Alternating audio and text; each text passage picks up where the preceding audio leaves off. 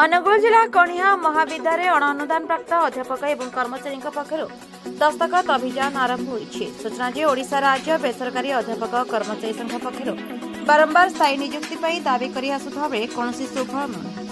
तेणु बाध्य होई राज्यर विभिन्न अनुदान प्राप्त महाविद्यालय नियुक्ति अध्यापक एवं कर्मचारी मानक सरकारी अनुदान प्रदान एवं नुआ अनुदान नीति प्रणयन पर दस्तखत अभियान कर दुष्मन कुमार साहू, सोमेश्री प्रधान, सविता प्रधान, स्मिताराणी बल, लुसी साहू, प्रदीप प्रधान प्रमुख एही दस्तखत अभियान में सामिल होइछन्ति। ब्यूरो रिपोर्ट, दामन टीवी न्यूज।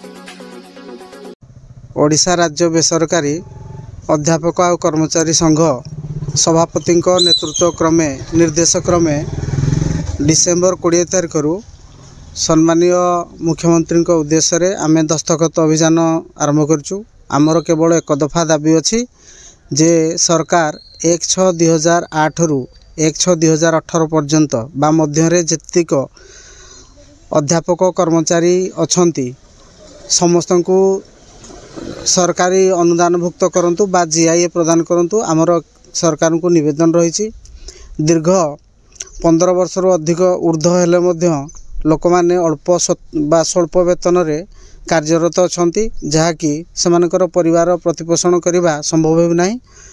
तेणु आमे विभिन्न प्रकार रे आंदोलन करिछु। सेतिप्रति सरकार आमको अणदेखा करछंती। सरकार जमती चिकित्सा और गमनागमन रे सुविधा कर देइछंती सेमती शिक्षा क्षेत्र में एबे भी अवहेलित अवस्था रे अछि।